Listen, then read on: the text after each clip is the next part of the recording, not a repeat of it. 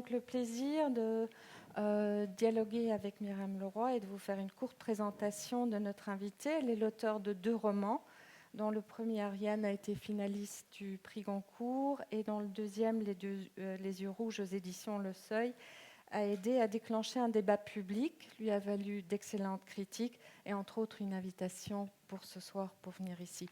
Vous avez déjà dit que vous n'aimez pas faire la promo. Est-ce que ceci fait partie de la promo? Est-ce que vous êtes stressé ou est-ce que c'est un autre cadre? Je suis toujours un peu stressée à l'idée de parler en public, mais je me fais violence quand j'ai l'impression que j'ai quelque chose à dire d'intéressant et qui dépasse mon cas personnel. Je pense que sur ce livre-ci, il y a quelque chose. Il y a bien sûr un roman et une démarche artistique, mais il y a aussi un propos politique. Et je suis contente. Enfin, en fait, j'accepte beaucoup d'invitations, alors que c'est pas l'endroit où je me sens le plus à l'aise, mais parce que je crois que je sais en parler et que c'est intéressant d'en parler, qu'il faut bien que quelqu'un s'en charge. Donc, et que voilà. c'est utile. Ouais. Parfait. Je continue les présentations parce que vous avez plus d'une corde à votre arc. Bien avant de devenir romancière, vous êtes fait un nom auprès d'un large public, que ce soit en Belgique ou aussi en France, grâce à votre travail de journaliste et de chroniqueuse, que ce soit à la radio ou à la télé, de la RTBF à Canal. Vous avez un ton très très personnel, surtout en tant que chroniqueuse, comme vous l'avez fait au rythme hebdomadaire sur Pure FM pendant 2 ans, sur des sujets qui vous exaspèrent, sous le titre Myriam Leroy n'aime pas. Vous avez dit de vous-même que vous êtes une personne qui a beaucoup de colère en elle. Est-ce que cette chronique-là, c'était une soupape pour vous en libérer? Pas vraiment, parce que les sujets auxquels je m'attaquais, c'était sur une radio jeune, à 1 heure de grande écoute, mais dans une émission de divertissement. Donc je m'attaquais, entre guillemets, à des sujets de pop culture. La pop culture n'est pas fondamentalement quelque chose qui me met vraiment en colère, même quand je trouve ça très mauvais. Mais c'était une manière de parler de l'air du temps et de mettre en lumière des phénomènes culturels et peut-être de dire qu'on n'était pas tous obligés d'avoir la même opinion et de courir dans le sens du vent. Et c'est un bon exercice pour devenir auteur, d'être obligé à un rythme hebdomadaire de livrer. Alors c'est un bon exercice parce que ça muscle l'écriture, mais c'est aussi un très mauvais exercice parce qu'on devient formaté à faire très court. Donc moi, ma difficulté quand j'ai décidé d'écrire des romans, c'était d'avoir du souffle et de pouvoir tenir un récit sur plus d'une page, en fait. Donc oui, l'écriture journalistique, elle est formidable pour acquérir du vocabulaire, articuler des phrases, des concepts. Mais le problème, c'est que voilà, on est de plus en plus formaté à faire rapide, concis, bref, ce qui est à peu près le contraire du roman. Avant de parler de la haine sexiste, qui est le sujet de votre livre, parlons un peu de l'humour. Est-ce qu'il y a aussi une différence dans la conception, dans la perception, dans la réception de l'humour féminin que de l'humour masculin? Est-ce que vous avez subi des commentaires que vos confrères auraient subi aussi? Oui, j'ai subi des commentaires que mes confrères n'auraient pas subis, donc non. Oui, je pense que la réception de l'humour féminin est très très différente, que ça reste encore un terrain de chasse extrêmement genré, et que les femmes ont le droit de l'occuper quand elles correspondent. Enfin voilà, elles doivent correspondre à toute une série de critères. Lesquels? C'est un peu les injonctions contradictoires auxquelles les femmes sont confrontées en général. Hein. Jolie mais pas trop. Elles doivent évidemment dire quelque chose, parce que sinon en humour, si tu dis rien, il ne se passe rien. Mais pas trop. Il faut que les femmes soient sexualisées, puisque c'est ce qu'on attend d'elles, mais pas trop. Donc voilà, c'est un peu, il faut trouver le bon endroit où se positionner. Et enfin, c'est impossible de savoir comment se positionner en fait dans toutes ces injonctions contradictoires. Mais oui, je trouve que l'humour, c'est vraiment très très difficile. Mais j'ai pas mal de copines humoristes et je les admire beaucoup en fait d'avoir le courage de continuer à creuser ce sillon et à en faire leur métier, parce que elles subissent un harcèlement continu, sexuel et sexiste. Et moi, je serais bien incapable aujourd'hui. Moi, j'ai plus envie de ça. Donc, je m'expose que quand j'ai quelque chose à dire et que je trouve que c'est important de le dire. Mais pour aller faire de l'humour, non, j'irai plus sur le devant de la scène comme elles le font. Et au début, vous avez pris plaisir aussi à une certaine provocation, justement, à jouer avec les stéréotypes? Oui, au début, je pensais que ma valeur viendrait de la rareté du profil que j'incarnais, qui était une forme de personnage que j'avais composé pour l'occasion, parce que j'étais aussi vraiment journaliste à côté. C'est-à-dire que je jouais la fille mignonne, qui pouvait avoir un physique, une allure, une attitude un peu bourgeoise, mais qui pouvait lâcher des saloperies et même parfois des vulgarités. Enfin, aller là où je trouve que physiquement on ne m'attendait pas, c'est là que j'imaginais pouvoir avoir un petit côté tranchant, en tout cas attirer l'attention. Et je dois dire qu'au début, ça se passait pas mal. Ça se passait même plutôt bien. Alors évidemment, il y avait des gens qui n'aimaient pas, parce que l'humour, c'est extrêmement clivant et ça joue sur la connivence. Et la connivence, forcément, c'est très culturel. C'est des codes qu'on partage. Et qu'on parlait de vous en tant que phénomène, est-ce que c'est une vraie reconnaissance ou là aussi, c'est à double tranchant? Non, c'était une reconnaissance, mais en fait, on ne parlait pas tellement de moi en tant que phénomène, on parlait toujours de moi en femme qui faisait de l'humour. L'humour au féminin. On me posait tout le temps des questions sur l'humour au féminin. Est-ce que c'est plus difficile pour une femme de faire rire que pour un homme? Et je vais envie de dire, mais qu'est-ce que le genre a à avoir là-dedans? Mais aujourd'hui, je me rends compte que le genre a à avoir là-dedans, mais dans la réception.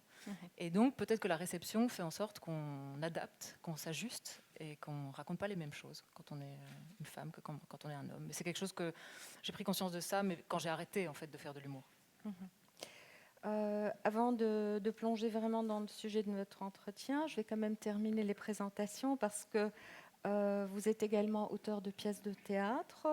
Là aussi, pour un coup d'essai, vous avez tout de suite marqué. Première pièce de théâtre, Cherche l'amour, vous a valu le prix de la meilleure autrice au prix de la critique 2017.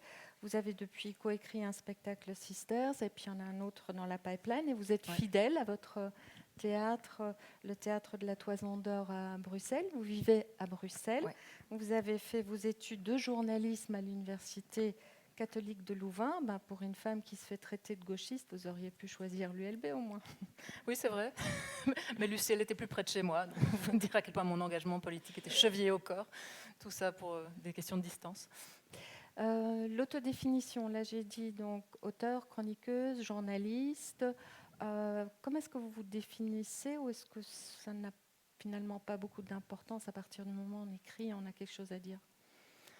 Ma bio sur Instagram, qui est le dernier réseau social sur lequel je suis, c'est j'écris des trucs.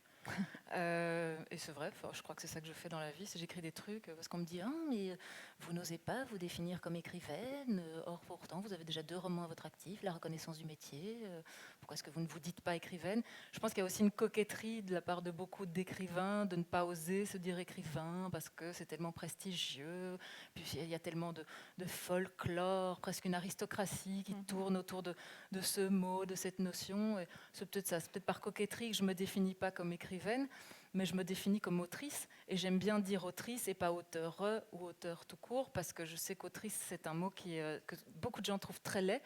Et donc, justement, je l'utilise parce que je trouve que c'est basé sur le manque d'habitude et sur des préjugés à l'égard de la féminisation des noms de métiers. Donc voilà, je me fais un plaisir de dire que je suis autrice. Vous vouliez passer avant vos 35 ans, vous avez réussi juste à 34 ans. Oui, 34 ans, 35 ans moins un mois. Voilà. Et vous avez perçu, vous avez toute la reconnaissance et pourtant vous avez payé le prix fort. C'est ça que vous relatez dans votre livre. Un prix, là encore, qu'un homme n'aurait pas eu à payer, pas sous cette forme-là. Oui, c'est ce que je crois. C'est ce que je crois. Je crois que faire un métier d'expression quand on est une femme, alors on s'en rend peut-être pas toujours compte au début, parce qu'on croit que c'est difficile parce qu'on est jeune, qu'on croit que c'est difficile parce qu'on vient d'arriver, qu'on croit que c'est difficile parce qu'on n'est pas légitime, qu'on peut faire des erreurs. Mais aujourd'hui, à 38 ans, quand je regarde mon parcours, je crois que ça a été quand même une grosse lutte depuis le début, parce que j'étais une fille et qu'aujourd'hui je suis une femme et que j'ai essuyé des choses que mes confrères n'essuierai jamais. On dit souvent que la critique virulente, le harcèlement, la violence, c'est le revers de la notoriété, c'est le revers de la médaille. Or, mes confrères ne portent pas du tout, même très très connus, même beaucoup plus connus que moi, ne portent pas du tout cette médaille de la même manière. Elle n'est pas assortie d'un cortège d'enquiquinements comme nous, on peut les avoir. Les réseaux sociaux ont clairement contribué à votre notoriété au début. Vous en avez joué aussi. À partir de quel moment est-ce que vous avez commencé à avoir le sentiment que c'est quelque chose qui pouvait vous dépasser, vous échapper ? Mais il y a un moment très concret. C'était fin 2013, je travaillais à Canal+ à l'époque et j'avais une chronique hebdomadaire dans laquelle on m'avait demandé de faire la même chose que ce que je faisais à la radio, c'est-à-dire de dézinguer à la sulfateuse une mode culturelle, une personnalité culturelle. C'est ça, on m'avait dit une chanteuse, un acteur, un écrivain, tu balances ton fiel dessus et puis tu t'en vas.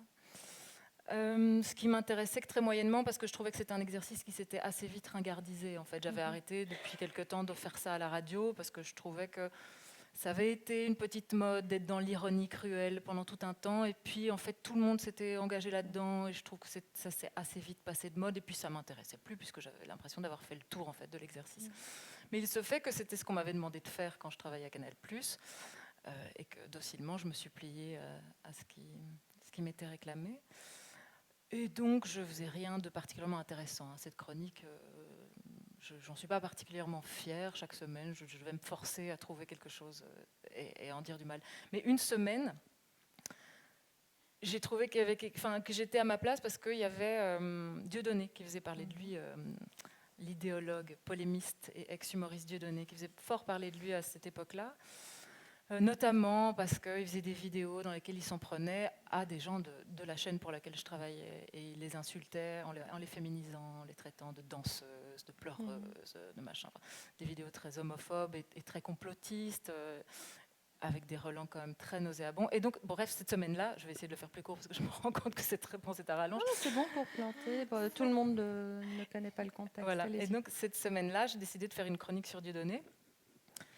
Et c'était vraiment la première fois et la seule fois de tout mon passage à Canal+, où je trouvais qu'il y avait peut-être quelque chose d'intéressant à défendre, un propos à creuser, quelque chose de l'ordre de la justice. Le lendemain de l'enregistrement de la chronique, parce qu'elle était diffusée en différé, j'enregistrais le jeudi, c'était diffusé le vendredi, à 13h01, donc une seconde après la fin de cette chronique, j'ai commencé à recevoir des messages, des menaces de mort, des menaces de viol, des insultes à caractère sexuel et sexiste. Et je pensais que c'était... Parce que ça m'était déjà arrivé, en fait, de recevoir ce genre de choses. Et en fait, j'en faisais pas grand cas. Je me disais, c'est des cons, c'est des fous, c'est des désaxés, c'est les autres. Et qu'est-ce qui a changé là dans la Le nombre. Ça a duré des mois. Comme une vague. Ouais, c'était un vrai tsunami. Ils ont été des milliers, voire des dizaines de milliers. J'ai juste pris des captures d'écran des premières heures et j'avais un classeur comme ça pour aller à la police. Et puis j'ai arrêté. Si le classeur était comme ça après les premières heures, c'était terrible en fait. Et donc là, je me suis dit, ok, là je suis vraiment dépassée. Là, je suis vraiment en train de me noyer. Je suis allée à la police ne savait absolument pas quoi faire avec ça. Ça rentrait dans aucune case de leur menu déroulant. Où est-ce qu'on met ça ? Ben non, c'est pas un vol, c'est pas un viol. Et donc, ils ne savaient pas quoi faire. Donc, j'ai porté plainte contre X, mais ce n'était même pas ce que je voulais faire. Moi, je voulais de la protection. J'en ai eu. Mais donc, vous avez eu peur à ce moment-là ? Oui, j'ai eu peur. Je me sentais très, très impuissante. Et puis, ça ne servait à rien de parler, ça ne servait à rien de dire quoi que ce soit, parce que le vacarme était tellement assourdissant. Et puis, ça a duré très longtemps. Puis, ça a pris diverses formes. Et aujourd'hui, on appelle ça un raid. Et on se rend compte que ce qui aiguille ce raid, c'est une haine. C'est une haine, mais là, en l'occurrence, à caractère sexiste et misogyne. Et orchestré en bonne partie. C'est pas nécessairement orchestré. Je pense qu'il y a des forums qui se remontent la viole, des gens qui disent il y a un truc, il y a une proie juteuse à se faire sur Facebook, sur Twitter en ce moment, on y va tous ensemble. Et je pense que c'est pas, il n'y a pas un mot d'ordre commun. Et les 10 000 personnes qui se sont acharnées sur moi l'ont fait pour la plupart parce qu'elles voyaient qu'il se passait quelque chose, qu'il y avait un cirque et voulaient y prendre part. J'étais un bon défouloir, quoi. Mais j'ai pas tout de suite identifié, alors que toutes les insultes et toutes les menaces il y avait quelque chose de l'ordre de la réduction de ma personne à sa dimension sexuelle. Également dans sa réponse à lui. Oui, également dans sa réponse à lui. Ouais. Mais moi, je veux juste venir à autre chose. C'est que souvent, vous avez entendu, mais tu l'as cherché. Ouais, Hein. ouais. Et vous n'y allez pas de main morte non plus. Hein. On ne va pas Non, défendre Dieudonné maintenant, mais je vais juste citer la fin de votre papier. Vous avez dit « Ton avis sur la Shoah, la démocratie et les médias et ta théorie de complot judéo-maçonnique mondiale, je te propose de la rouler en petites boules bien serrées, l'humecter légèrement et de l'insérer délicatement dans le rectum d'où il n'aurait jamais dû sortir. » Faut savoir qu'à l'époque, j'avais utilisé cette tournure parce qu'il y avait un meme, je ne sais pas comment on dit, un mème, qui tournait sur les opinions nauséabondes sur Internet, et c'était un dessin avec une notice d'utilisation d'un suppositoire, et donc il était mis, humecté légèrement, inséré dans le rectum. Enfin, voilà. Donc j'avais repris en fait ce truc qui était la mode du moment sur les réseaux sociaux. Donc on ne peut pas le comprendre si on n'a pas, le contexte. Ah si, je pense qu'on peut tout à fait le comprendre hors contexte. Oui, mais non, mais on peut comprendre pourquoi j'ai choisi de l'exprimer comme ça. Voilà, que ce n'est pas une violence verbale gratuite, que c'est vraiment quelque chose.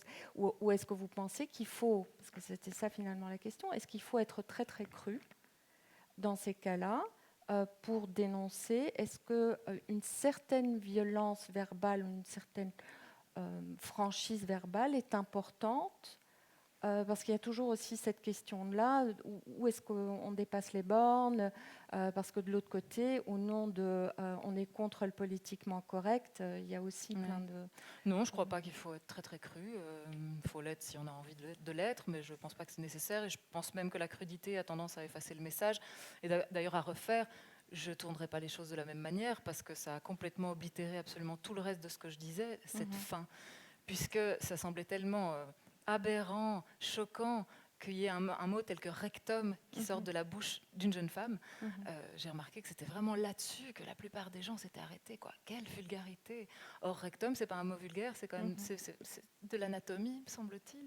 Mais voilà, en tout cas, j'ai l'impression que ça a complètement masqué tout le reste de ce que je voulais dire et que ça l'a rendu tout à fait inaudible. Donc, à refaire, je serais évidemment beaucoup moins crue. Pour en venir au roman, vous avez longtemps cherché la bonne forme. Comment vous y prendre, parce que le matériau, vous le portiez en vous depuis longtemps, vous venez de le dire, et vous avez décidé de ne pas parler à la première personne, mais de faire découvrir en fait la protagoniste principale uniquement par les dires des autres, afin de mieux illustrer ce qui est un de vos propos principaux, cette dépossession. Oui, c'est ça. Alors, il faut dire que le roman, il n'est pas basé sur le raid dont je viens de vous parler, même s'il y a une évocation, à un moment donné, la narratrice essuie aussi une forme de raid, mais c'est vraiment très secondaire dans le récit.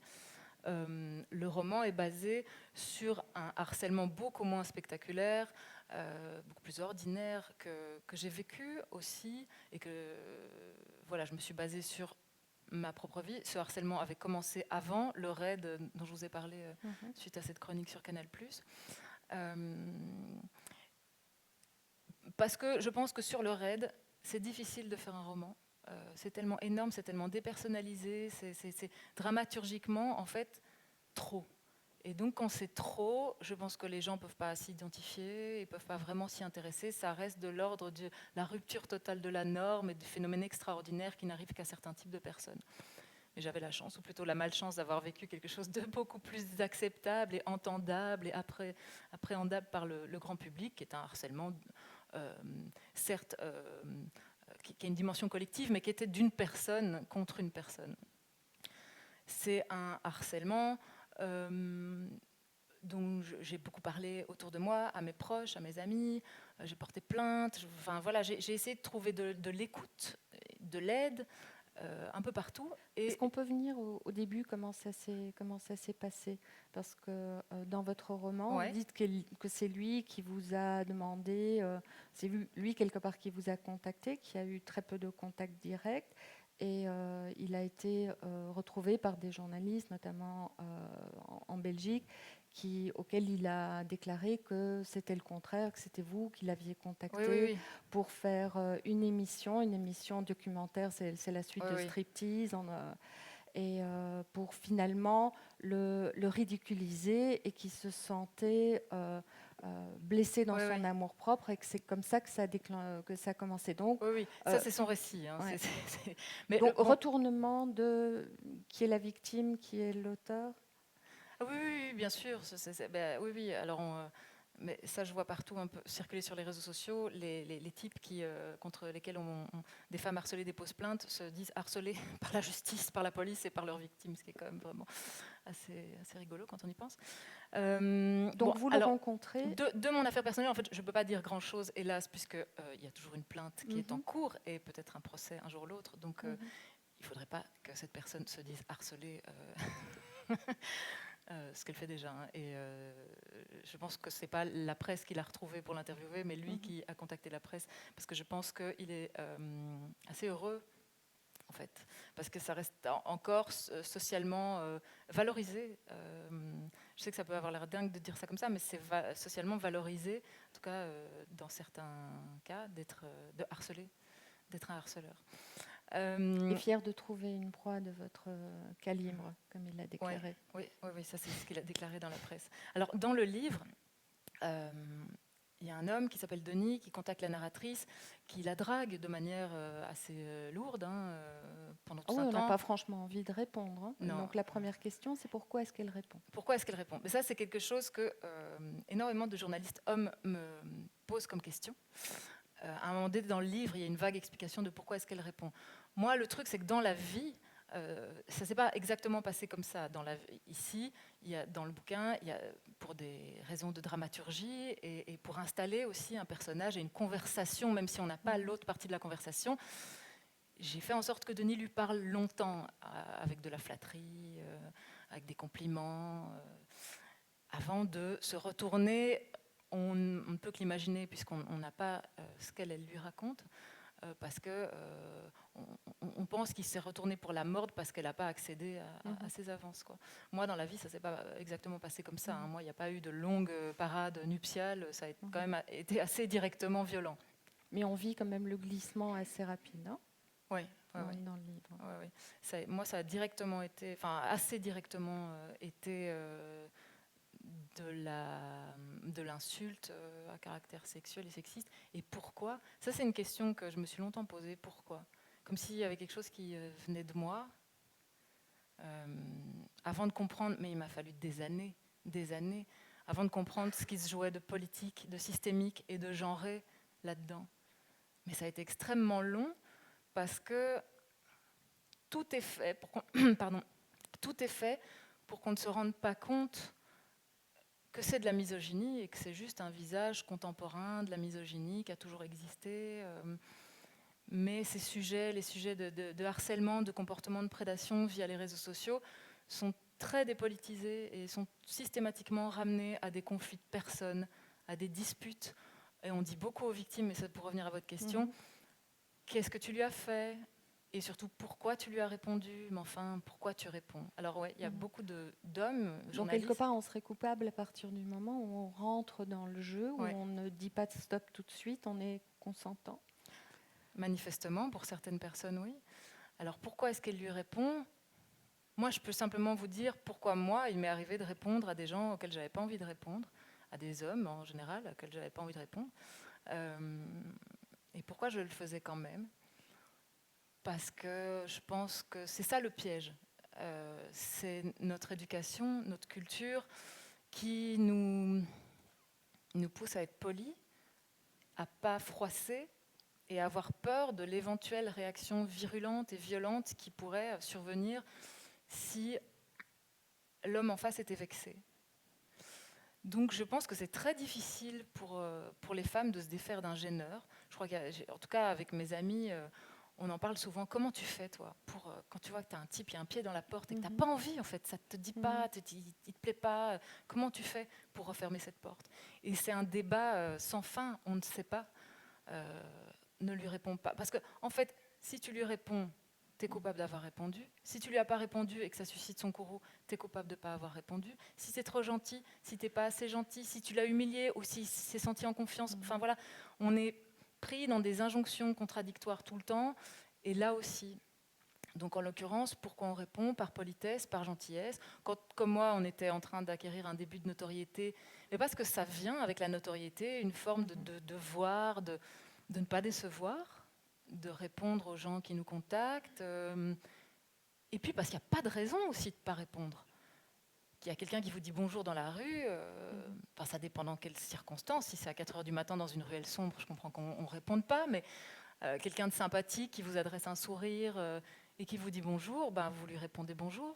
Il n'y a pas de raison d'être désagréable, il n'y a pas de raison d'y voir non plus quelque chose qui n'existe pas encore. Il n'y a peut-être pas de raison de se méfier tout de suite, surtout que dans le roman tel qu'il est décrit, Denis au début, il n'a pas l'air d'un prédateur. Il a l'air d'un type lourdeau, lourdingue, mais ça n'a pas l'air d'être un méchant.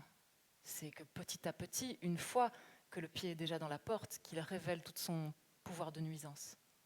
Et là, toute tentative d'apaisement, de toute façon, elle est vaine. Mais là, le piège, c'est comme une nasse, quoi. Au plus on se débat pour en sortir, au plus elle se resserre sur la victime.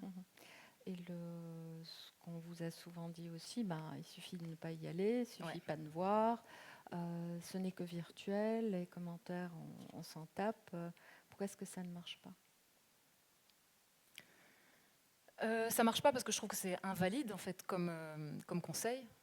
Ce qu'on dit aux victimes de harcèlement via Internet, c'est t'as qu'à pas aller voir. Bon, déjà, t'as qu'à t'en foutre. Ah, super, merci. Bon. Je ne sais pas qui arrive à s'en foutre à ce point, mais personne. Et tu n'as qu'à pas aller voir, t'as qu'à te couper, t'as qu'à supprimer tes comptes. Déjà, il y a quelque chose de l'ordre, mais pourquoi est-ce que ce serait moi qui devrais dégager ? Internet, c'est l'espace public aujourd'hui. Internet, ça fait partie de la vie, surtout quand on est journaliste. C'est quand même très difficile de se couper de cet outil. C'est un outil de travail, c'est un outil de promotion de ses activités quand on est journaliste indépendant. Enfin, c'est utile, quoi. Tout le monde travaille avec Internet aujourd'hui. Alors pourquoi est-ce qu'il y a des gens qui devraient en dégager pour leur propre sécurité parce qu'ils sont enquiquinés ? Et puis ça ne marche pas parce que le harcèlement via Internet, c'est du harcèlement tout court.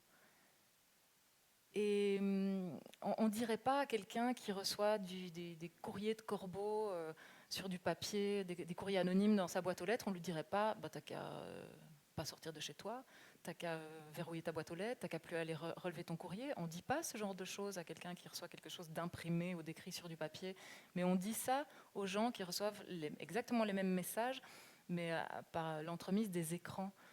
Donc ça n'a pas, pour moi c'est invalide. Et les gens croient souvent qu'être harcelé via les réseaux sociaux, c'est impalpable, que ça n'a pas de matérialité, que ce serait comme être tabassé par un hologramme, c'est-à-dire rien. Or, c'est pas vrai. Et c'est aussi pour ça que le livre s'appelle Les yeux rouges, c'est pour montrer que le véritable lieu du harcèlement, c'est pas Internet, mais c'est la vraie vie des vrais gens et c'est leur corps. Et c'est insidieux et c'est quelque chose qui se distille et plus ça dure, plus ça devient aussi obsessionnel aussi pour la victime. Pour la victime, parce que ça vous le décrivez très bien d'ailleurs, vous devenez malade à un moment parce que ça vous transforme. Ouais, alors moi j'ai réellement été malade dans la vraie vie, je ne sais pas du tout si c'est à attribuer au harcèlement ou à un virus qui passait par là. Disons que ça peut être multifactoriel et que ça peut être sûrement un des facteurs. Oui, je ne sais pas très bien, mais c'est vrai que j'ai fait entrer la narratrice dans une forme d'errance médicale assez littérale, mais je pense que le corps est assez littéral quand il somatise, quoi. Et là, elle a mal aux yeux, elle a les yeux rouges, probablement parce qu'il y a des choses qu'elle ne peut plus voir et qu'elle ne veut plus voir. Mais oui, je pense que c'est un sujet qui a tellement peu, et qui avait tellement peu, ça va un peu mieux aujourd'hui, mais l'intérêt des médias, de l'opinion, des institutions, que comment l'exprimer, à un moment donné, c'est le corps qui parle. Et là, en l'occurrence, pour elle, c'est son corps qui parle, mais de manière très, très littérale. Ouais. Ce qui est intéressant aussi dans ce passage de cette errance médicale, c'est un autre aspect aussi d'une certaine déviation d'Internet où on cherche partout de nouvelles solutions. Et ce qui est frappant parmi les médecins ou les thérapeutes autoproclamés, chacun dit il faut me suivre moi, j'ai le seul remède et unique, et ce sont des trucs en partie complètement farfelus. Et cette croyance aussi, et vous le décrivez bien, de nous tous quelque part, quand on est en détresse, de quelque part faire abstraction de notre cerveau, de notre ratio, Tout et à d'être fait. capable de rentrer là-dedans aussi. Et de croire à la magie, Mm. puisque les solutions traditionnelles et Ne terre à marche pas. terre ne marchent pas, Mm. que les réponses institutionnelles ne sont pas là. Je pense qu'il y en a beaucoup qui se tournent vers l'ésotérique, la magie et la croyance, parce qu'à un moment donné, il faut bien croire à quelque chose, Mhm. vu que toute forme de croyance en quelque chose de positif est en train d'être ratiboisée par le harcèlement même. Oui, moi, ce qui est 100% réel dans le bouquin, c'est l'errance médicale. Ça, moi, je me suis engagée, j'ai été voir mais toute une série absolument hallucinante de marabouts, de rebouteux, Mhm. de médecins plus ou moins farfelus qui m'ont dit tout et n'importe quoi, auxquels je Mhm. donnais tout mon argent, qui m'ont complètement ruinée. Mais ça n'a quand même pas servi à rien parce que la croyance était là. La pensée magique, ça a permis la pensée magique de... Mhm. ça n'a jamais fonctionné, je veux dire, ça m'a jamais guéri. Mhm. En tout cas, je crois pas. Enfin, aujourd'hui, je vais très bien, mais quand j'allais voir ces gens, ça ne changeait rien à mon état. Mhm. Mais il y avait une branche à laquelle se raccrocher. Mhm. Ce qui témoigne de la pauvreté de la réponse de la société sur ce type de problématique. Quoi. Si on Mhm. en est réduit à aller se faire des lavements du côlon pour espérer aller mieux. Ouais. Mais justement, pour revenir à la dépossession que vous avez subie, est-ce que le fait d'utiliser Internet comme on le fait depuis quelques années, est-ce que ça ne contribue pas à cette fragilisation de rentrer dans ce jeu, de devenir une proie et de ne plus pouvoir justement mettre de limites aussi dans sa tête, dans sa psyché, parce que Internet nous pousse à nous présenter, à être tout le temps en miroir, Ouais. à être constamment à se comparer. Et vous avez dit dans une interview que quelque part, vous ne savez plus qui vous êtes. Et c'est quelque chose qu'on retrouve chez beaucoup pas que des jeunes, mais surtout des jeunes qui ont grandi là-dedans. Et c'est quelque chose, quelque part, qui est effrayant, de Mhm. dire on ne se connaît plus soi-même puisqu'on n'existe plus que dans le miroir des autres. Mais ça, je pense qu'on n'a pas dû attendre Internet. On est Mm. tous quand même très fort Mais c'est dépendants du regard amplifié. des autres pour sa propre Ouais. définition de soi-même. Mais avec Internet, et surtout quand on est un petit peu connu et qu'il y a du discours qui commence à être produit sur soi, on a tendance à le croire et à Mm. s'y fier. Et on le croit parce que je crois que c'est ainsi que l'humain est fait. On le croit surtout quand il est très négatif. Quoi. Mhm. C'est comme quand on crée une œuvre artistique et qu'on lit 10 très bonnes critiques, on va Mhm. se souvenir de la 11e qui était mauvaise, qui était négative. Je ne sais pas pourquoi on fait ça d'ailleurs. Sûrement des psychologues qui se sont Mhm. penchés sur la question. Mais alors plus on a de notoriété, plus on est exposé et plus on est susceptible d'être uniquement défini par les autres, ce qui est extrêmement fragilisant, parce qu'on peut passer de faire une espèce de sinusoïde en matière d'ego d'une seconde à l'autre, être le roi du monde, et puis être complètement marginal et déclassé la seconde d'après. Mhm. Et vous avez dit que ce n'est pas à la victime de se retirer, de laisser la place aux autres. Pourtant, en partie, c'est ce que vous avez fait. Vous avez arrêté Facebook, arrêté Twitter. Vous avez dit aussi que c'est un effet addictif, que quelque part, l'obsession aussi d'aller chercher, d'aller voir, c'est quelque chose qui vous a bouffé aussi. Donc le sevrage, c'était la seule possibilité pour quelque part vous sauver vous. En fait, j'ai pas quitté Twitter et Facebook suite à un épisode de harcèlement ou un truc particulièrement pénible ou négatif.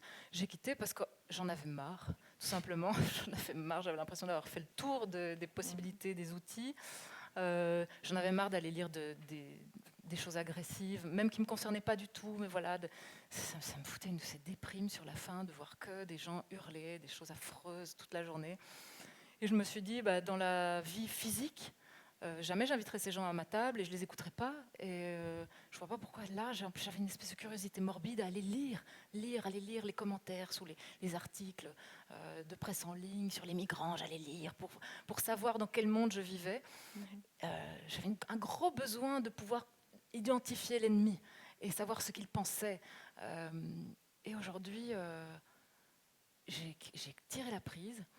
Et je ne dis pas que j'ai plus cette curiosité morbide et cette pulsion d'aller voir tous ces trucs, parce que parfois je suis travaillée par cette envie, mais beaucoup moins. Et j'ai retrouvé une joie de vivre, en fait, et une paix d'esprit incroyable, et un temps, une capacité de concentration que j'avais plus tellement, quoi. J'avais vraiment du mal, même pour écrire un bouquin, tu dois quand même être très concentré. Et là, j'avais l'impression que toutes les 10 lignes, j'allais voir si j'avais pas une nouvelle notification. Je pense que j'étais un peu addict aux notifications. Et c'était très désagréable parce que je voyais que ça me faisait du mal. Et en même temps, j'y retournais. J'allais voir humer l'air du temps. C'est comme ça que je l'expliquais. Et je disais, bah oui, je suis journaliste, où j'écris des chroniques, j'écris des billets, qui soient d'humeur, d'humour, journalistique. J'ai besoin d'aller humer l'air du temps pour savoir ce que les gens pensent, quelles sont leurs psychoses, leurs névroses, leurs sujets, leurs envies. Et en effet, j'en avais besoin pour travailler. Mais aujourd'hui, grâce à ça, à cause de ça, j'exerce quasi plus ce métier. Je fais quasi plus de chroniques et je fais pratiquement plus que de l'écriture de fiction. Mais si j'étais encore journaliste à 100%, je n'aurais pas le luxe de la déconnexion. Et en tant que jeune journaliste, encore beaucoup moins. Si je devais construire une carrière, me faire connaître, j'aurais pas ce luxe, quoi. C'est marrant comme la fracture numérique, elle est en train de dire, enfin, de définir de la manière inverse de la manière dont elle la définissait avant. Avant, c'était les déclassés, c'était ceux qui n'étaient pas sur Internet. Et maintenant, j'ai l'impression que le privilège, c'est de se retirer d'Internet. La question, c'est comment réagir. Vous avez dit, bon, c'est un livre d'autofiction, c'est de la littérature, mais c'est aussi un livre politique. Donc vous avez voulu déclencher un débat aussi sur ce que la justice peut faire, ne fait pas, sur la volonté politique qui manque à trouver justement des moyens de sanctionner et d'empêcher ce genre de comportement. Oui, mais plus que la volonté de créer un débat, j'avais envie de juste en faire un sujet. C'est encore plus modeste, quoi. C'était simplement que ça devienne quelque chose d'important et pas une petite mésaventure qui t'arrive parce que tu l'as bien cherché ou parce que bah oui, tu l'ouvres un peu trop ou bah c'est comme ça, c'est le revers de la médaille, c'est la notoriété. Ah bah il fallait pas choisir cette carrière-là. Hein. Or, ce qu'il faut savoir, c'est que quand moi j'ai fait des études de journalisme, les réseaux sociaux n'existaient pas encore. Ils sont nés l'année où j'ai commencé à travailler. Et au début, les réseaux sociaux, c'était pas un lieu de violence, c'était un lieu pour se relier et pour retrouver des gens avec qui tu étais à l'école, savoir ce qu'était devenu ton ex, s'il avait perdu ses cheveux.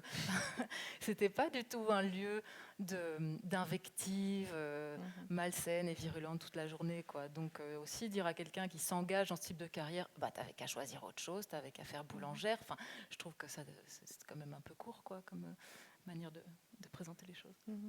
Mais aller en justice, ne pas lâcher, c'est quand même aussi, au-delà de votre cas personnel, c'est aussi une démarche politique, non ? C'est complètement une démarche politique et c'est complètement...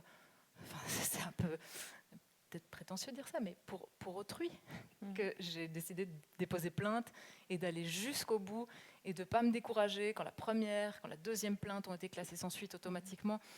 Parce qu'il faut créer un précédent, quoi. Il faut créer une jurisprudence et il faut créer des textes et des cas concrets sur lesquels la justice peut s'appuyer pour rendre des avis.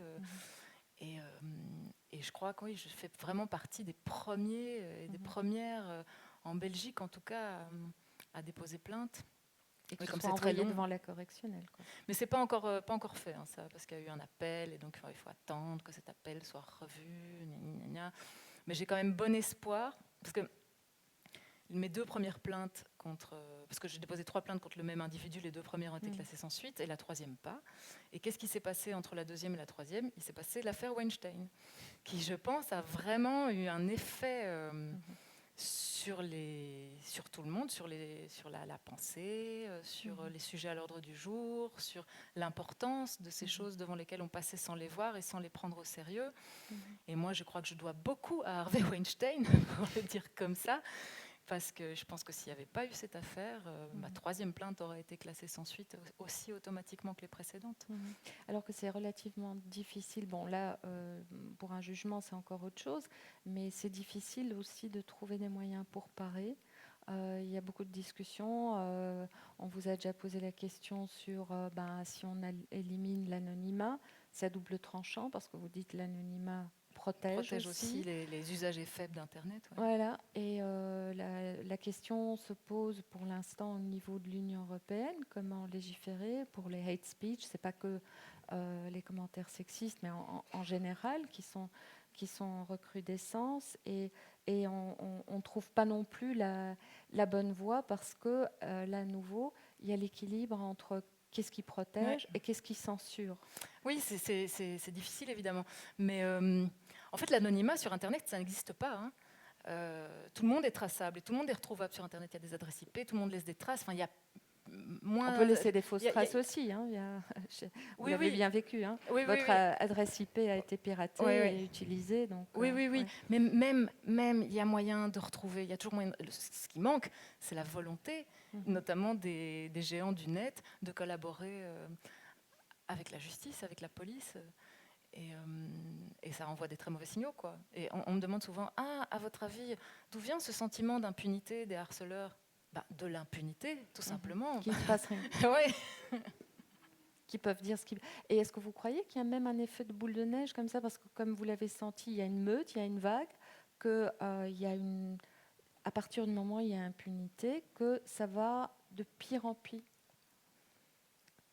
Quand il n'y a pas de limite, que à chaque fois on augmente.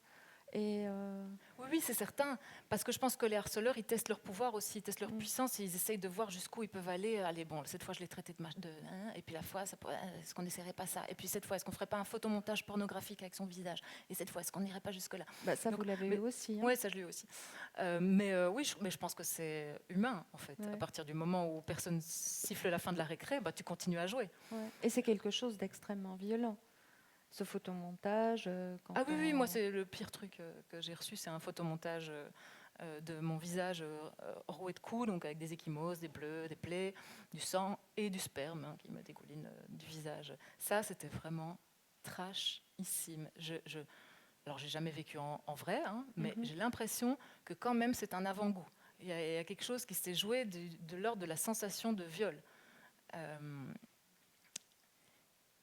Et encore, là, les gens qui font ce type de montage se drapent dans la liberté d'expression, la liberté d'opinion et l'humour. Ça relèverait pour eux de l'humour, de la libre expression, de la légitime critique démocratique des élites dans un monde, blablabla, où les petites gens sont ceci, cela. Voilà.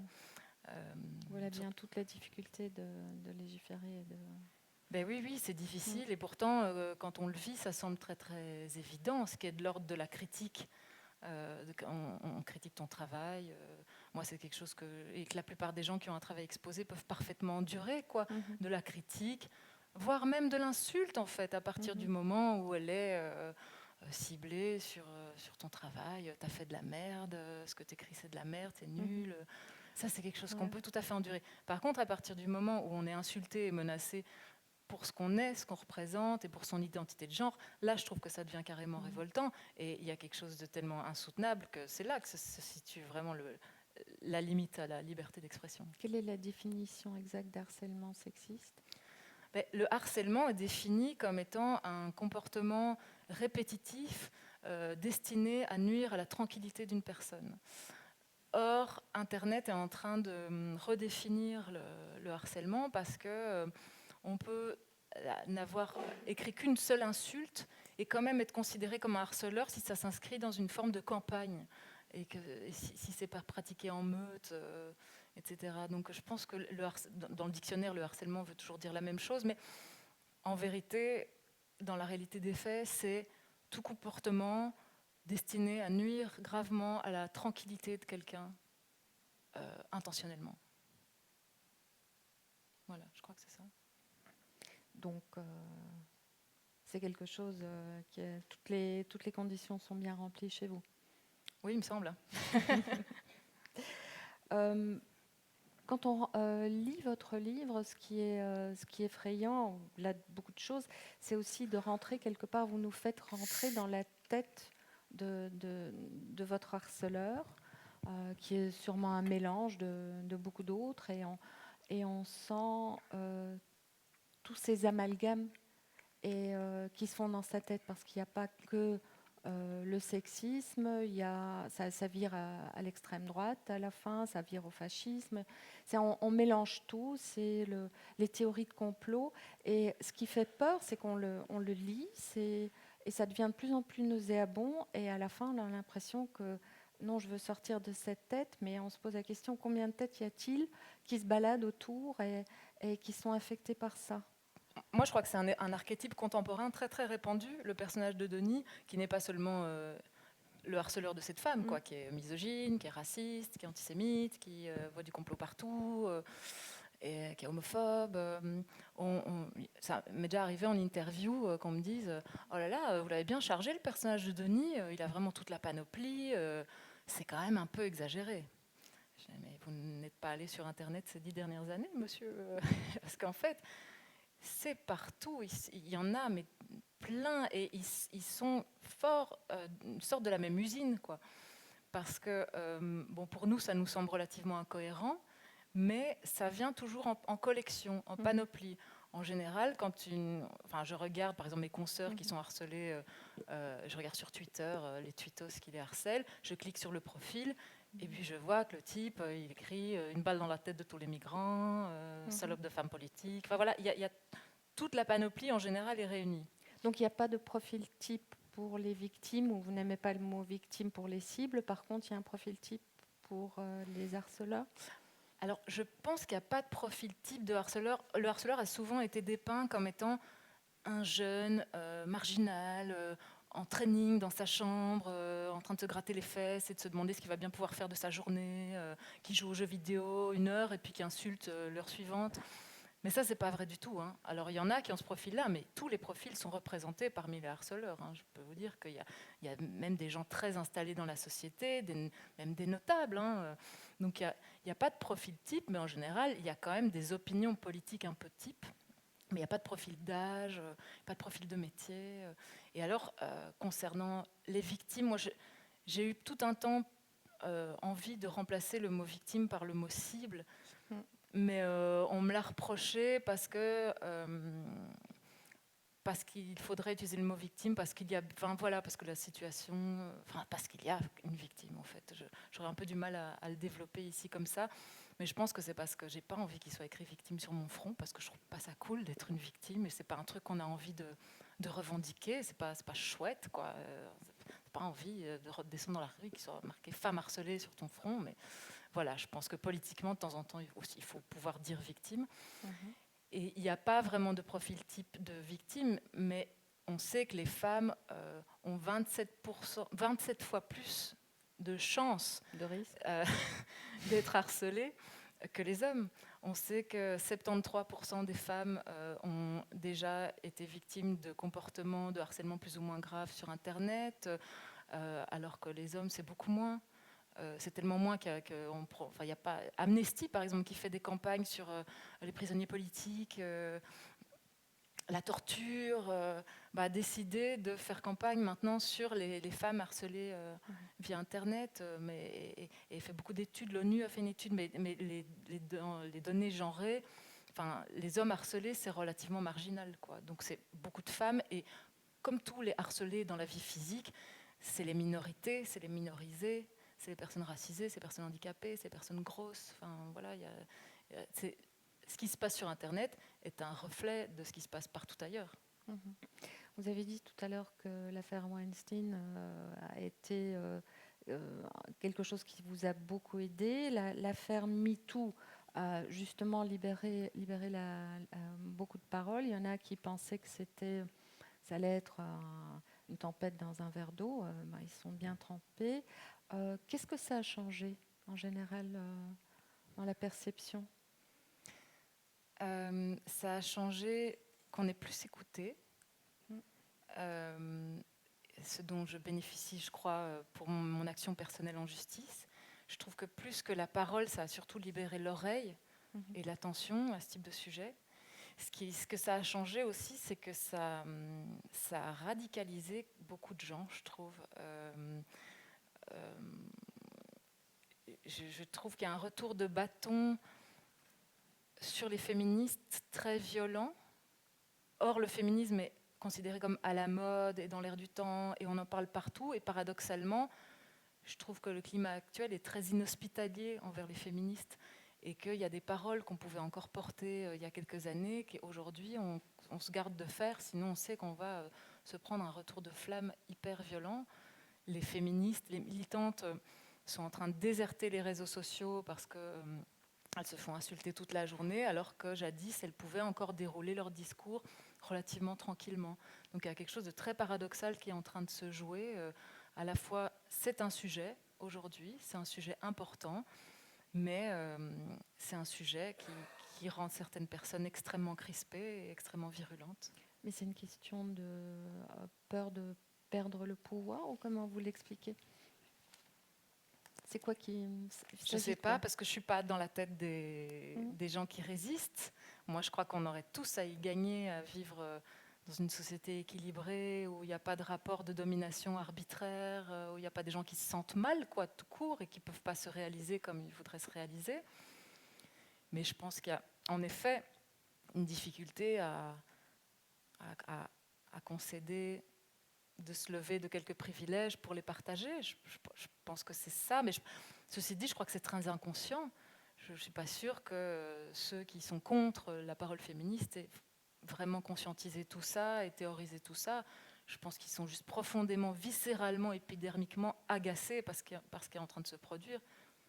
Ils trouvent qu'on en parle trop, que ça prend Agacé trop ou de place. insécurisé de ne plus vraiment avoir de bonne définition de son propre rôle, que ce rôle est mis Oui, en question? je pense que quand des repères sont en train de s'effondrer, il y a quand même tout un confort de rangement des choses dans la tête qui s'affaissent.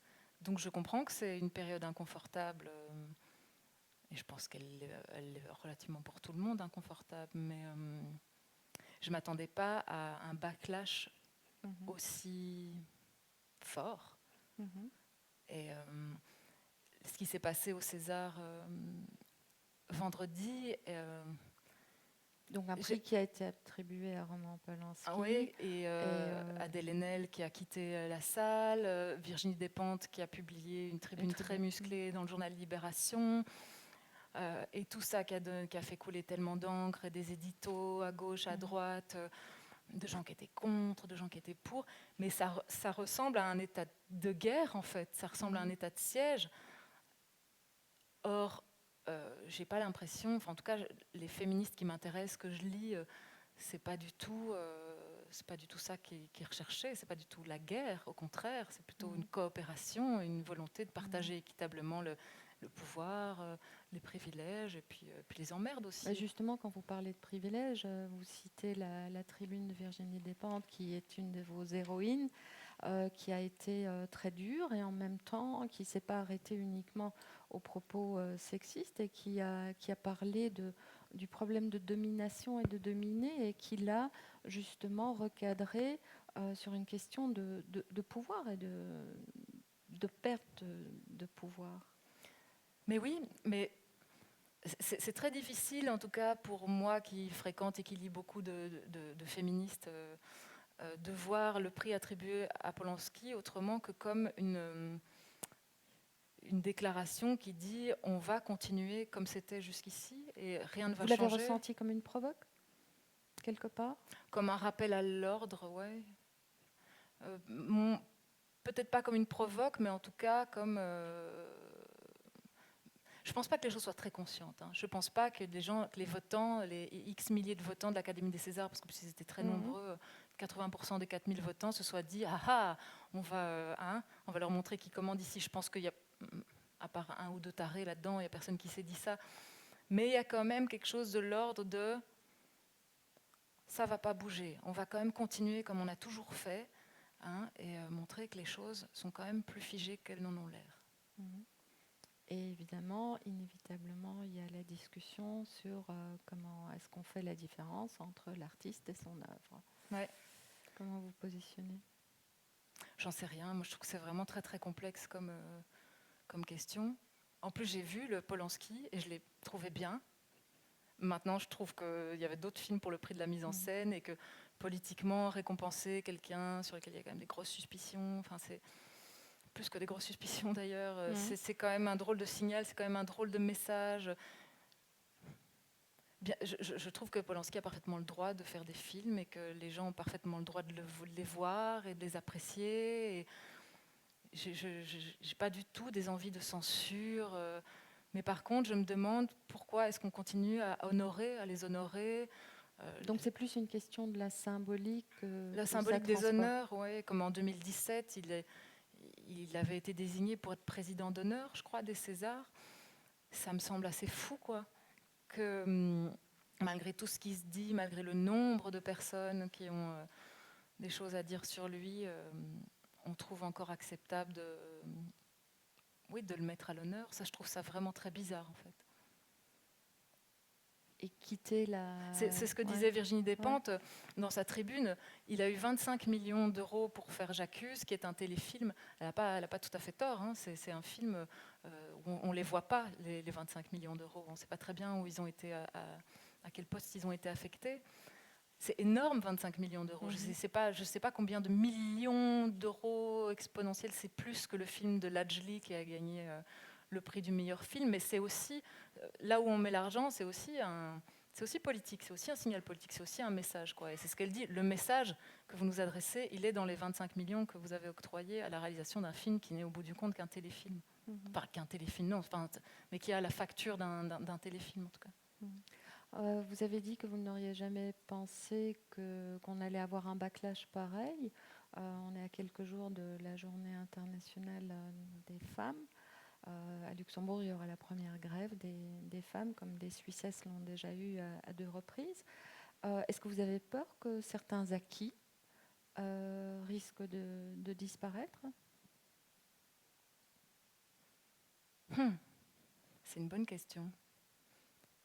Je pense que je ne l'imagine pas, mais je vois que dans certains pays comme la Pologne, il y a eu des retours en arrière sur des choses qu'on pensait acquises, comme le droit à l'avortement.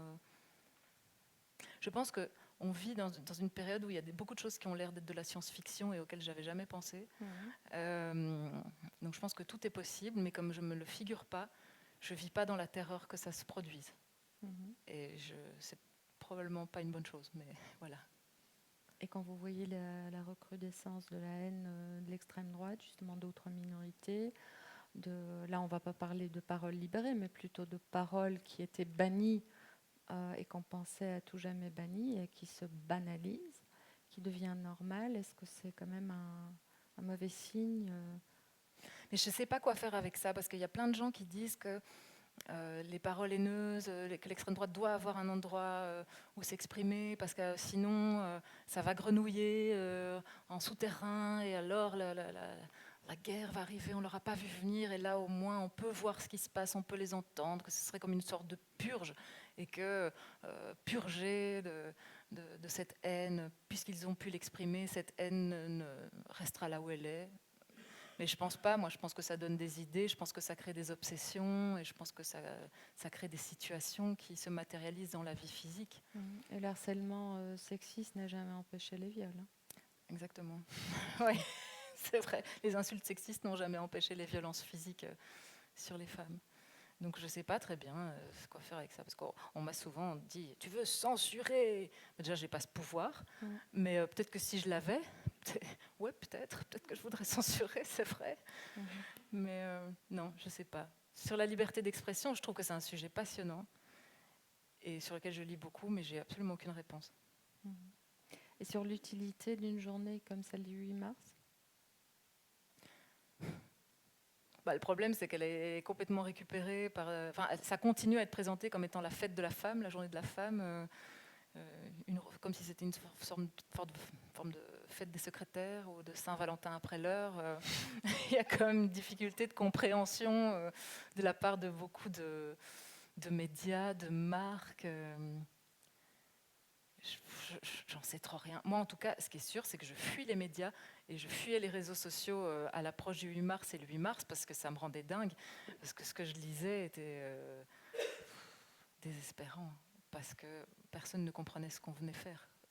Quel était le but de cette journée de défense des droits des femmes et non pas journée pour 2 mini-jupes offertes, achetées, recevant une gratuite, quoi. Je voudrais ouvrir le débat. Si vous avez des questions, surtout, n'hésitez pas. Voilà. Il y a des micros qui vont circuler. Bonsoir et merci d'être venu. J'avais une question à vous poser par rapport au conflit judiciaire maintenant qui vous oppose avec ce harceleur.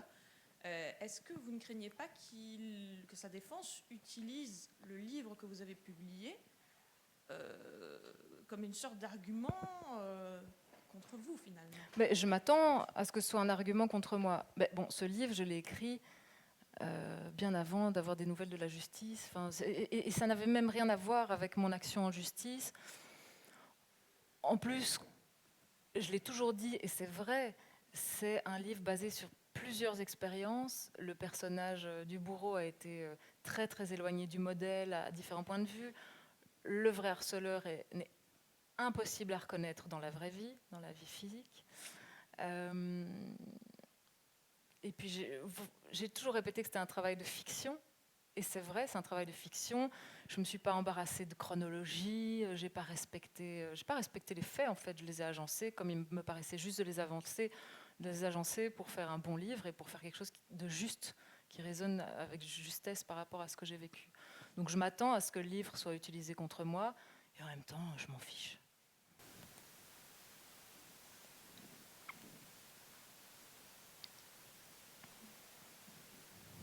D'autres questions? Voilà.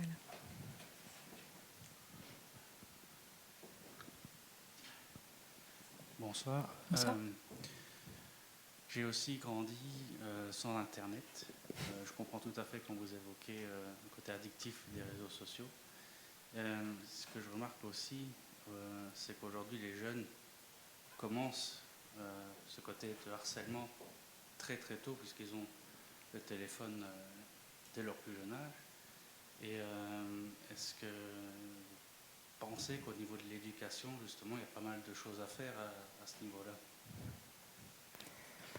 Ben oui, mais je pense qu'en premier lieu, parce qu'on dit toujours il faut éduquer les enfants, mais je crois qu'il faut d'abord éduquer les parents, même avant que les enfants soient une réalité dans leur vie, mais à tout point de vue, parce que l'éducation est quand même extrêmement genrée, même avec les nourrissons. Enfin, il y a un livre qui s'appelle « Tu seras un homme féministe, mon fils », dont l'autrice racontait, et c'est vrai en fait, qu'un bébé, à part son appareil génital qui est légèrement différent quand c'est un nourrisson garçon ou une nourrisson fille, c'est la même masse musculaire, c'est le même taux de gras, c'est le même poids, c'est la même taille. Et pourtant, une petite fille, on va lui donner ma petite princesse, on va la bercer avec douceur, on va tout de suite en faire un objet rose. Et les petits garçons, on va les manipuler avec plus de force, on va lui dire « t'es fort mon fils, c'est super ». Il y a quelque chose qui se joue dès les premières heures de la vie dans un traitement différencié, qui n'est pas fondamentalement grave, mais qui contribue à créer des stéréotypes et à créer des forts et des faibles, je crois. Là, je m'éloigne un peu de votre question. Je ne sais pas ce qu'il faut faire. Je ne sais pas. Je n'en ai aucune idée parce que le harcèlement a toujours existé. Il n'y a pas attendu Internet pour être dans toutes les cours d'école. Il est aujourd'hui plus insoutenable pour les victimes qui sont enfants ou adolescentes. Mais... Alors, qu'est-ce qui a changé par Internet, justement?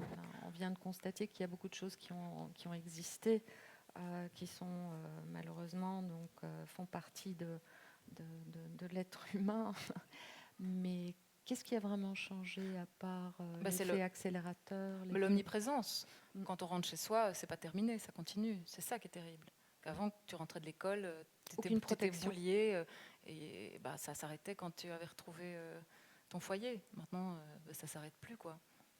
Maintenant, là où c'est légèrement différent, je crois, le harcèlement scolaire et les autres types, le harcèlement des adultes, c'est que le harcèlement scolaire, je pense, est pris au sérieux par par les adultes et par les institutions, je crois. Hein.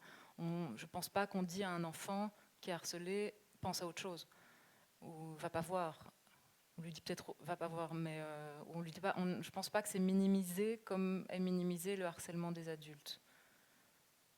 Il faudrait que ce soit pas minimisé pour tout le monde, quoi.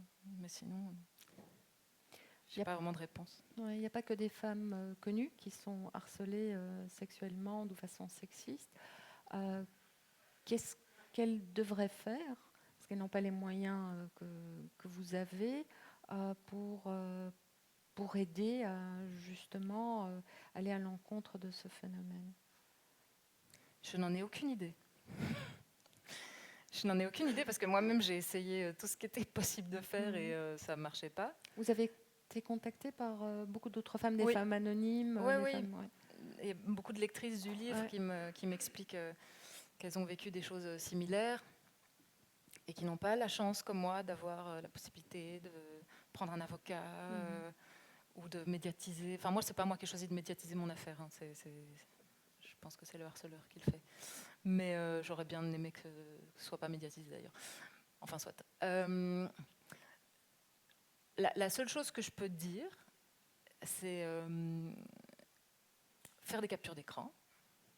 Ou mieux, demander à quelqu'un de confiance de faire des captures d'écran pour que ce soit pas... preuves. Pour avoir des preuves, parce qu'on ne sait jamais qu'un jour, ce soit suffisamment insoutenable pour avoir envie de mettre un stop devant la justice. Donc, oui, faire un maximum de captures d'écran et les garder et les archiver. Ce qui n'est pas très rigolo à faire. Hein. Personne n'a envie de faire ça. Donc, il faut vraiment avoir de très très bons amis ou un très très bon compagnon, très très bons parents. Et alors, moi, la seule chose réconfortante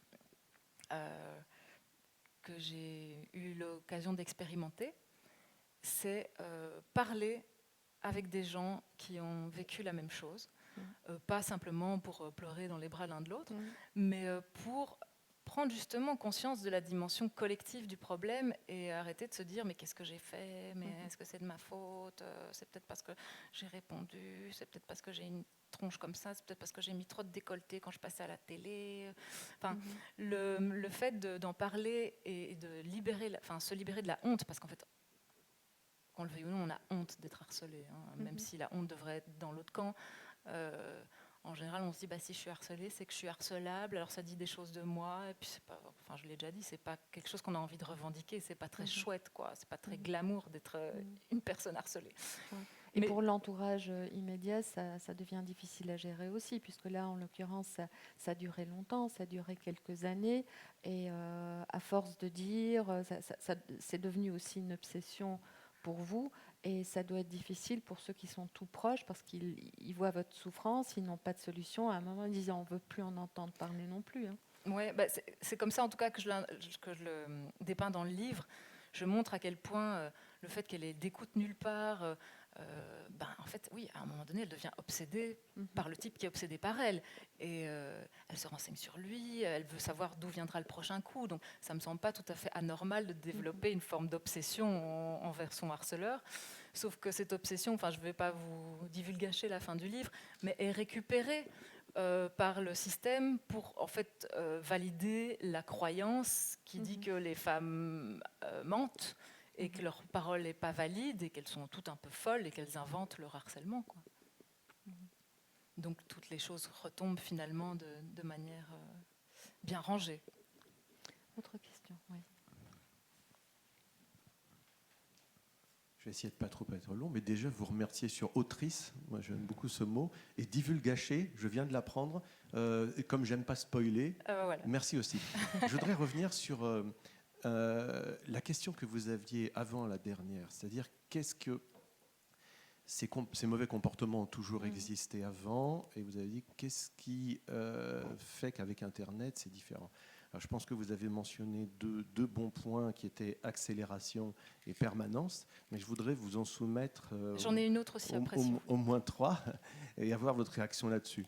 Et ce sont des choses, moi j'ai travaillé pendant 26 ans comme spécialiste de la communication, notamment en et pour les entreprises.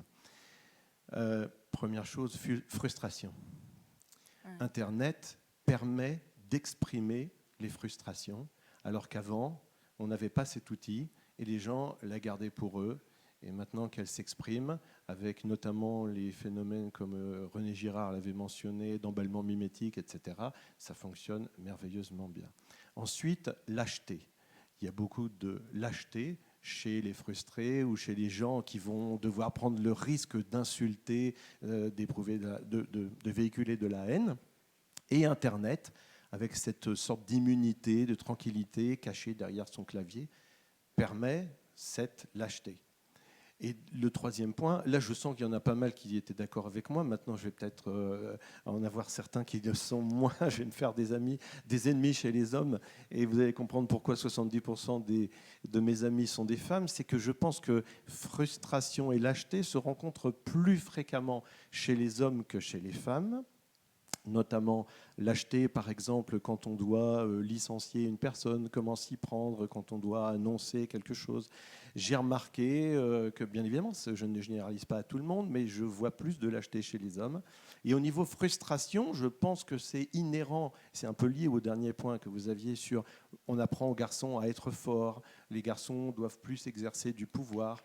Eh bien, là, ce n'est pas de la faute des garçons, ce n'est pas de la faute des hommes, mais la frustration va apparaître plus facilement dans un esprit qu'on a éduqué à être fort. Et au moment où il ne l'est pas, et notamment une chroniqueuse qui a remis complètement en question ses opinions, etc., va peut-être se sentir beaucoup plus frustrée parce qu'on a remis en cause un petit peu son pouvoir. Et donc, c'est peut-être ça qui explique qu'il y ait plus de harceleurs masculin dont vous ayez souffert. Voilà, je prends un peu de risque sur ce troisième point, mais, Non, mais c'est le fond de ma pensée. Vous avez raison, mais je ne pense pas que ce soit par essence masculin. Je pense que c'est vraiment. Je pense pas que l'homme soit plus, enfin, naît plus. Je pense qu'on ne naît pas femme, on le devient, et qu'on n'en naît pas homme, on le devient aussi. Enfin, c'est une croyance, hein, comme toutes les croyances, mais je crois que tout est vraiment très culturel. Ouais. Mais alors, il y a un point que je voudrais rajouter, c'est que je crois qu'il y a l'effet d'habitacle. Enfin, j'appelle ça un effet d'habitacle, mais je crois que ça s'appelle l'effet cockpit. Ça a vraiment été théorisé.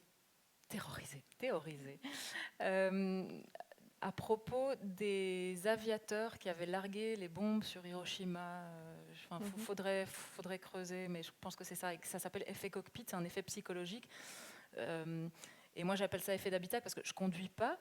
Mais quand je suis en voiture avec mon copain, par exemple, qui est doux comme un agneau, il peut se transformer en un tiers de quart de seconde en une espèce de monstre sanguinaire parce qu'on lui a grillé une priorité et il est complètement ordurier. Et puis ça repart comme c'est venu. Et moi, qui n'ai jamais vraiment conduit, c'est quelque chose que je ne comprends pas, mais je vois qu'il y a beaucoup d'automobilistes qui se sentent autorisés à invectiver de manière hyper vulgaire et hyper trash les autres, alors qu'on les voit. Donc c'est même pas une forme d'anonymat. Enfin, on les voit, on sait les reconnaître, on sait même, je sais pas, si un type s'énerve, il sait les courser, quoi. Mais il y a un sentiment de protection qui vient de cette mince pellicule de verre et d'acier de l'habitacle. Et l'écran doit avoir un effet... Il n'y a pas de contact direct non plus. Il n'y a pas d'échange direct. Il y a un échange qui est... on est surtout celui qui écrit. Quoi qu'il écrive, il écrit chez lui. Ouais. Il est dans sa bulle. Donc il y a une certaine protection, une certaine libération à ce moment-là. Et quand on retrouve d'autres paroles, puisque de toute façon, on va rechercher, vous dites qu'on retient les critiques, mais on retient aussi l'effet bulle aussi d'Internet, on retient aussi ce qu'on veut bien retenir. Ouais. On retient et on dit oui aux choses qu'on pensait déjà vraies par avant. Oui. Et c'est ça aussi, c'est un phénomène qui se rajoute. Ouais. Autre question. Voilà. Bonjour. Vous avez parlé d'honte et moi je pense que c'est la pire chose avec l'harcèlement, c'est l'honte de se faire harceler et c'est ce qui fait... c'est la chose la plus difficile pour expliquer à d'autres gens. Et souvent, on est seul. On est seul dans la classe, on est seul entre les amis qui se font... la personne qui se fait harceler. Et est-ce que vous avez peut-être un tuyau pour des enfants ou des personnes qui se font harceler pour sortir de cette honte et pour trouver les personnes, comme vous avez dit, qui ont vécu la même chose et où vous vous sentez mieux? Je crois qu'en parler, le plus dur, c'est de se lancer, mais qu'une fois que c'est fait en fait. Et donc, on se sent comme dépouillé de...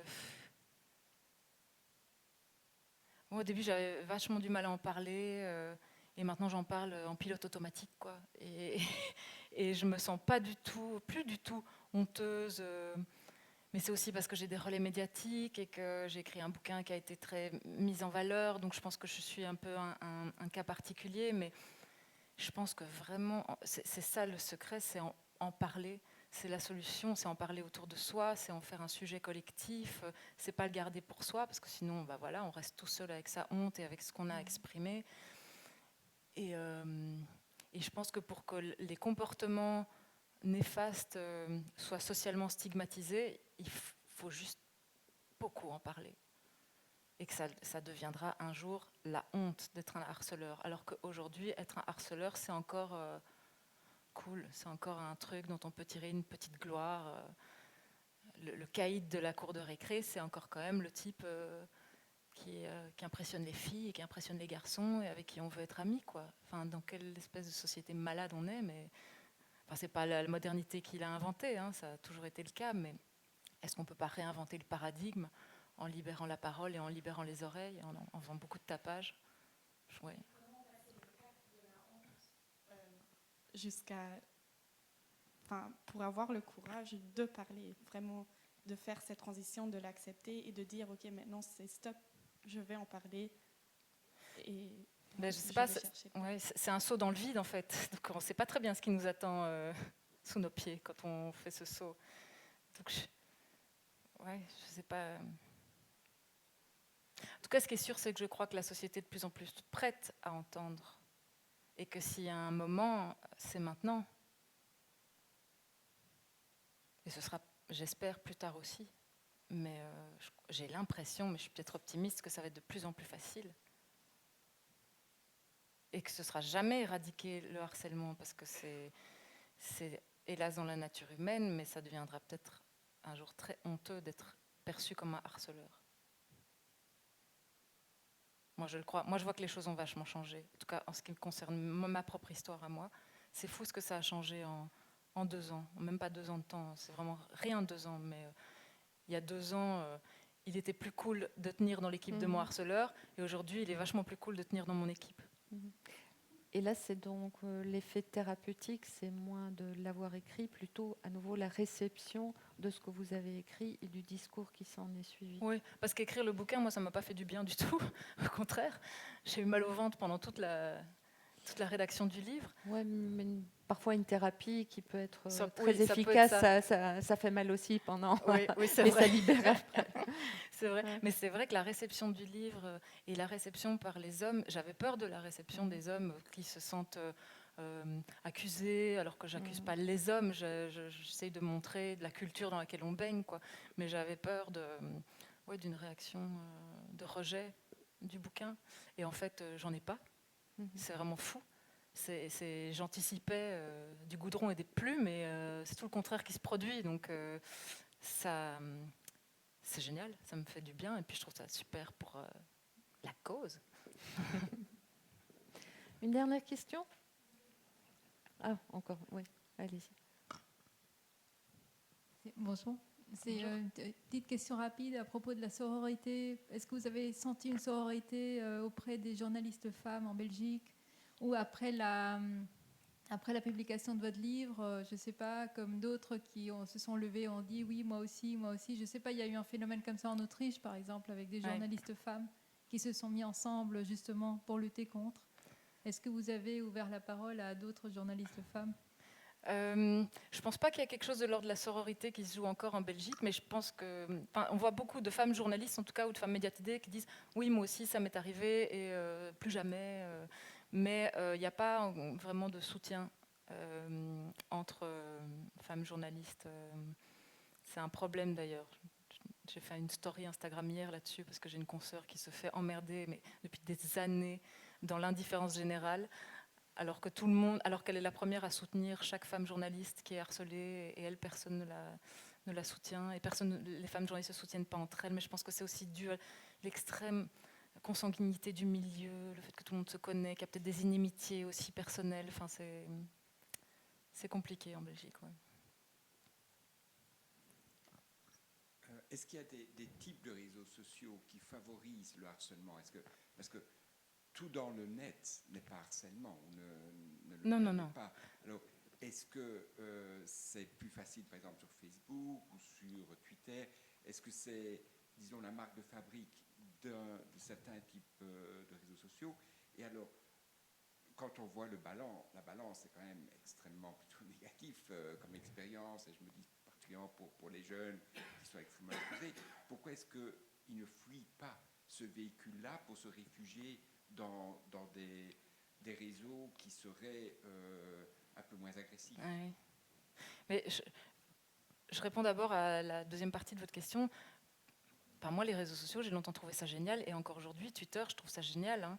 J'y suis plus, mais je trouve que c'est à la fois le poison, mais le remède, parce que c'est sur les réseaux sociaux qu'on a accès à de la sororité, de la solidarité, c'est une caisse de résonance pour notre parole, on a accès à des choses qui donnent de la force, qui sont nourrissantes, à des articles de presse vraiment, qui sont juste, qui nous permettent d'avoir les outils théoriques aussi, de comprendre ce qui nous arrive. Donc il y a beaucoup de haine qui circule, mais il y a aussi beaucoup d'outils pour comprendre cette haine et pour lutter contre cette haine qui circule sur les réseaux sociaux. Donc il y a aussi beaucoup de choses très positives qui se passent sur les réseaux sociaux. Et dans l'architecture même des sites, Twitter est un endroit où ça gueule le plus. Facebook, c'est l'endroit le plus intrusif, donc ça dépend de quel type de harcèlement on essuie, mais voilà, Twitter et Facebook peuvent donner lieu à des harcèlements aussi enquiquinants l'un que l'autre. Mais il semblerait que pour l'instant, Instagram soit une sorte de bulle où il y a très peu de haine qui s'exprime. Il y en a, mais ça reste encore un petit peu préservé. Peut-être parce que c'est un réseau de photos, et donc c'est pas vraiment un réseau d'expression où il y a des choses de nature politique qui s'expriment, ce qui est dommage aussi. Hein. Qui est dommage. En tout cas, c'est sur Twitter. Le réseau le plus politique, c'est clairement Twitter, et le réseau le plus agressif, c'est clairement Twitter. Le moins politique, c'est Instagram, et le moins agressif, c'est Instagram. Mais j'ai l'impression qu'Instagram est en train de rapatrier tous les blessés, tous les déçus des autres réseaux sociaux. C'est aussi un réseau qui est beaucoup plus utilisé par les jeunes. Ouais. Les jeunes, justement, ils ont beaucoup déserté Facebook pour différentes raisons, notamment le fait que leurs parents étaient dessus, que c'était considéré comme ringard, donc c'est pas que pour les bonnes raisons, mais c'est aussi pour la raison justement de l'intrusion et des commentaires. Il y en a beaucoup qui l'ont quitté. If I may say this in English and not in French, Okay. just a little info on the side, because you were talking of female journalists. Actually, the European Foundation of Journalists has picked up your topic, and there are conferences now that are especially advocating on this topic of female journalists being harassed on social networks. So there is some positive input and support coming. There is a movie called A Dark Place. Yes, made absolutely. By, yes, I was referring also to that. Yes. If I may, I can continue in French because my English is quite... Sure. I'm listening in French, it's just, I'm tired and then my French is really bad.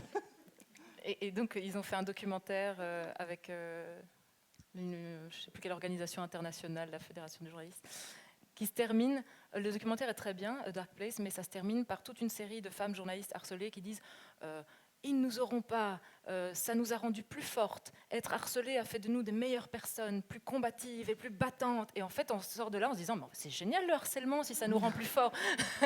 Et je trouve qu'il y a une petite maladresse dans la manière de conclure le film en disant ça a fait de nous des battantes. Passage obligé, quoi.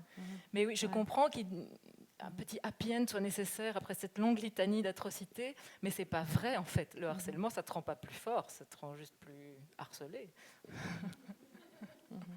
Et il y a aussi quand même une association belge de journalistes qui vous appuie aussi. Oui, l'association des journalistes professionnels que je remercie énormément et qui me fait bénéficier d'une assurance protection juridique grâce à laquelle je peux payer mes frais d'avocat parce que sinon ce serait impossible. Voilà. Impossible. Donc encore un autre problème pour ceux qui n'ont pas cet appui-là, mais peut-être un espoir, au moins ça, qu'une solidarité plus grande s'installe. Ouais. S'il n'y a plus d'autres questions, je vous remercie beaucoup. Merci beaucoup, merci pour infiniment. L'entretien. Merci pour votre intérêt et merci bonne beaucoup. soirée.